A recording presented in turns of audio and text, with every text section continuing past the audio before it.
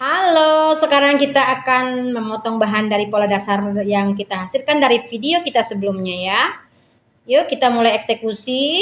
Cukup kita tindihin pakai garisan aja polanya, tidak usah di jarum-jarum pentul, ribet dan nanti bahannya lari-lari ya. Bergeser maksudnya. Nah, ini bagian belakang ada sisa buat resleting ya. Mungkin 2 cm.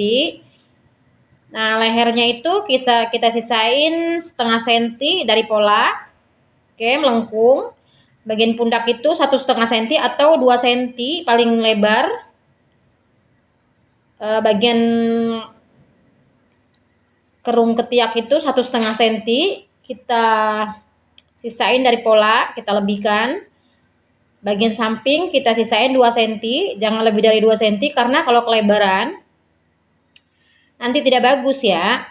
Oke, lanjut sampai ke bawah. Kita nggak usah ikutin pola dasar karena di bawahnya tuh bajunya lebar, jadi terus aja ke samping, abaikan pola dasar. Oke, yang penting atas harus seperti pola ya, kalau ke bawahnya itu terserah kita. Dari atas sampai pinggang sampai pinggul tuh yang penting nih ya. Oke, seperti ini ya. Oke tuh sisanya kelihatan jelas. Oke deh, lanjut. Asik banget kalau kita bisa bikin baju. Nah, bagian bawah nanti seperti ini. Kita jahit kecil yang rapi. Nanti akan saya perlihatkan cara jahitnya gimana. Ini bagian belakang buat resleting ya. Nanti kita pasang resleting yang rapi supaya terlihat cantik. Oke, bagian belakang ya. Sekarang setelah bagian belakang selesai, kita pindahin titik kupnat. Ya, titik kupnatnya harus kita pindahin, boleh pakai pensil merah biru. Ya, supaya tidak kotor bajunya, bahannya apalagi bahan putih ya. Kita harus hati-hati dengan warna ya. Oke, yang penting jelas terlihat, cuman titik aja, ada 3 titik, atas, tengah, dan bawah ya. Oke, bagian belakang sudah selesai. Sekarang kita lanjut ke bagian depan ya. Oke, semangat. Ini dia pola bagian depan ya. Sebenarnya cara pemotongannya sama, lehernya juga disisain setengah senti dari kerung leher, dari lingkar leher itu polanya. Setengah senti aja. Oke. Boleh polanya dipotong dulu juga boleh supaya tidak ribet. Kalau udah terbiasa mah nggak apa-apa. Bagian bahu juga sama, disisain 1,5 atau 2 cm. Bagian ketiak itu 1,5 cm ya, nggak usah terlalu lebar karena kalau terlalu lebar nanti dia ngikat ya. Kalau ngikat tuh jelek ya, tidak bagus. Bagian samping sama 2 cm, jangan lebih dari 2 cm ya. Oke, bahannya tipis, hati-hati. Oke, bagian depan dan belakang dari pola itu sama.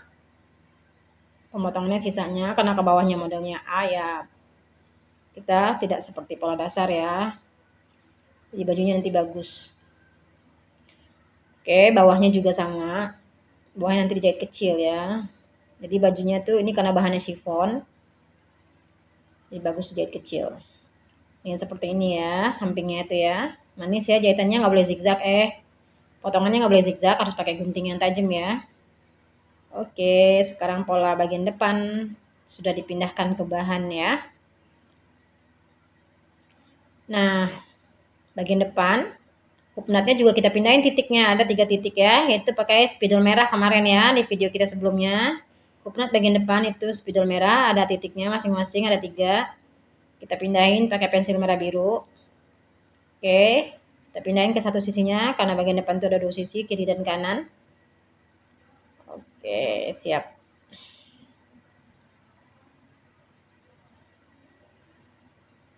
Ya, bahan tipis itu harus hati-hati karena kalau tidak hati-hati nanti dia tidak sama kiri kanannya.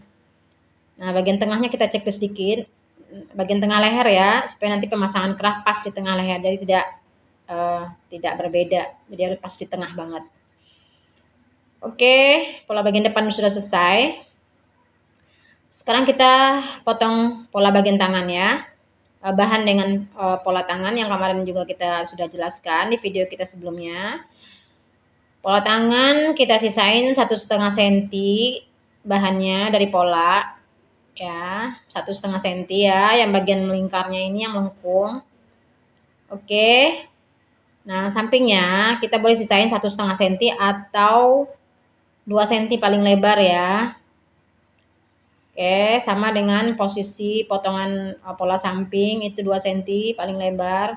Nah, nanti di bawahnya ini tangannya saya akan bikin jahit kecil dan pakai karet ya. Jadi tidak seperti pola ya potongannya. Jadi seperti ini ya. Nanti kita akan lihat hasilnya, pasti cantik dan rapi. Oke. Oke, sekarang pola tangan sudah selesai. Bagian tengah harus kita tandain pakai pensil merah biru ya, bagian tengah ya, supaya pas nanti bagian tengah itu posisinya di mana. Dan pola bagian depan tangannya harus kita tandain dengan warna atau silang ya, supaya bagian depan tidak ketukar nanti pas pemasangan ya. Oke, sekarang pola tangan sudah selesai juga. Ya.